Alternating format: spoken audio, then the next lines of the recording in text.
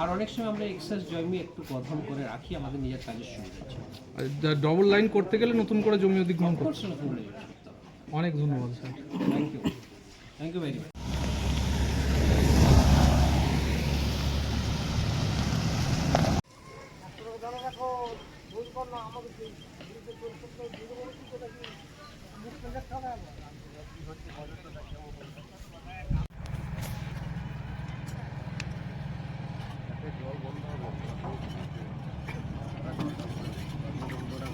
স্টেশনের ব্যাপারে আমাদের যে একটা ফ্ল্যাগ স্টেশনের কথা আমরা বলেছিলাম, সেটা বললো যে সেটা প্রয়োজন অনুরোধে আমরা লিখিত আকারে আবেদন করতে পারি।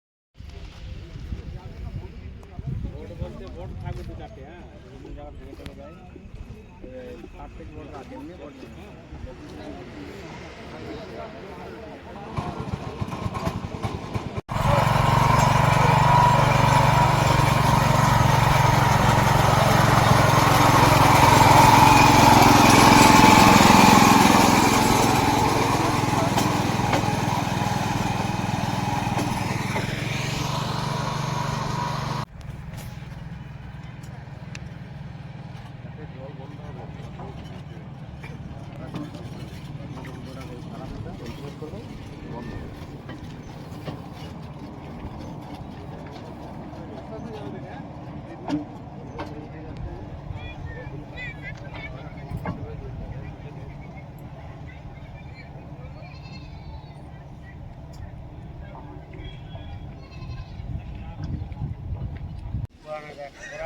ওরা এমনই লোক, আমরা গল্প করতে মত কাজ করবে, আমি ঠিক কাজ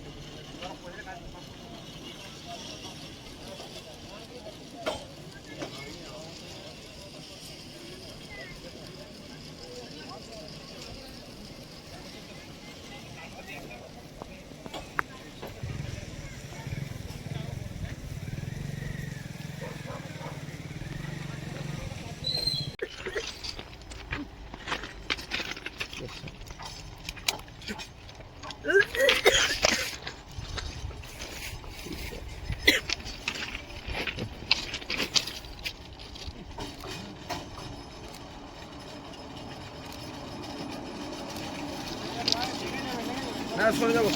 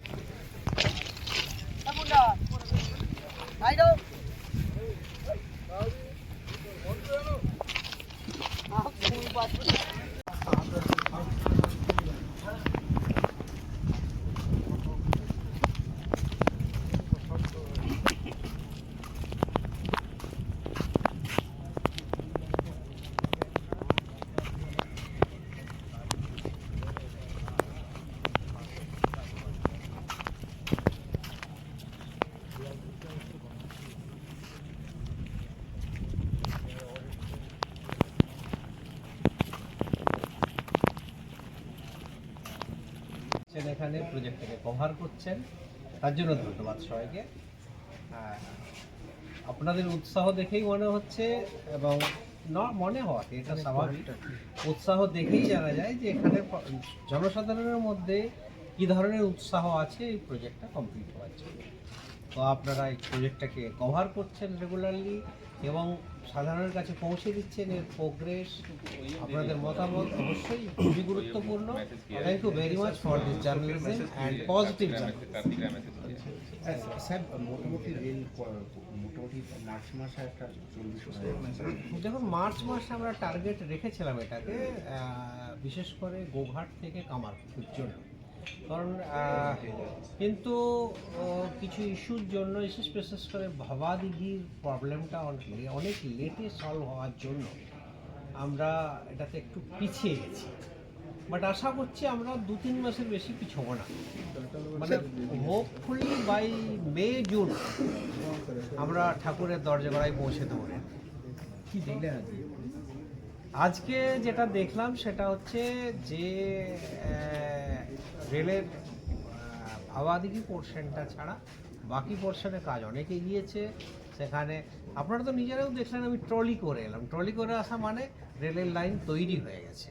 তো রেলের লাইন তৈরি হয়ে গেছে, এরপরে কী হবে, ব্যালাস্টের ট্রেন আসবে, রেলের বড় বড় রেল আসবে, লাগাবো, আর তারপর আমরা ট্রেন চালাবো। দ্বিতীয় হচ্ছে যেটা ভবাদিঘির ব্যাপার ছিল, সেটাতে আমরা টেন্ডার ফাইনাল হয়েছে ডিসেম্বর আই থিঙ্ক 10-11 তারিখে। তো এটা করতে একটু টাইম লাগে, বড় ব্রিজ।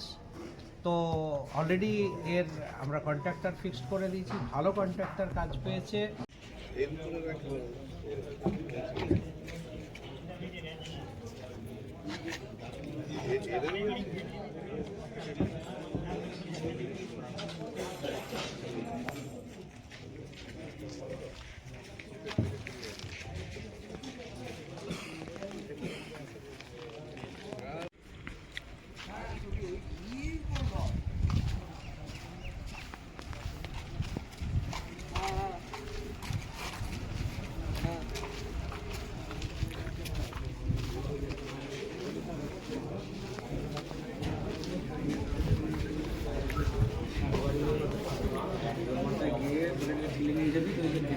গিয়ে ছিল না?